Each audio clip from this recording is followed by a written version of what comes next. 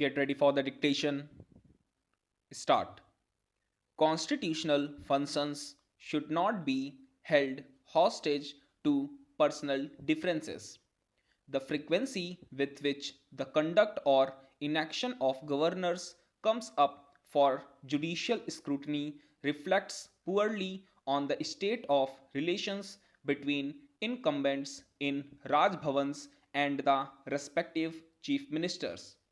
The Supreme Court will soon hear an extraordinary petition from the Telangana government seeking a direction to the governor Dr.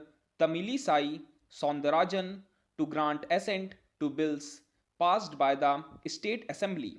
Recently, the Apex Court disposed of a petition from the Punjab government that was aggrieved by an alleged delay in the governor summoning the assembly. The matter was resolved when it was submitted on behalf of the governor that the assembly would meet on the day desired by the state government. In earlier decades, a petition seeking a direction to governors or questioning their inaction on constitutional matters would have been thrown out at the threshold itself. However, such is the extent to which the gubernatorial office is being overtly politicized by those holding it that courts may now be constrained to examine whether such inaction is justified.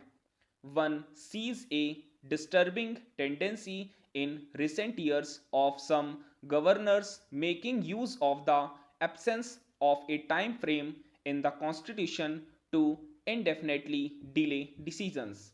This tactic effectively stalls the elected regime's legislative agenda. The conflict between Raj Bhavan and the Chief Minister's office, witnessed in several states, is quite acute in Telangana. Dr. Soundarajan has alleged that she is being boycotted by Chief Minister K. Chandrasekhar Rao and that her queries are not being answered. The state government, for its part, is apparently upset that she may be trying to act independent of the cabinet. A recent tweet from her account the day after the state government went to court conveying a message that Raj Bhavan was closer than Delhi indicates that her stand is linked to her view that the government is unfriendly and discourteous. These considerations ought not to matter on constitutional issues.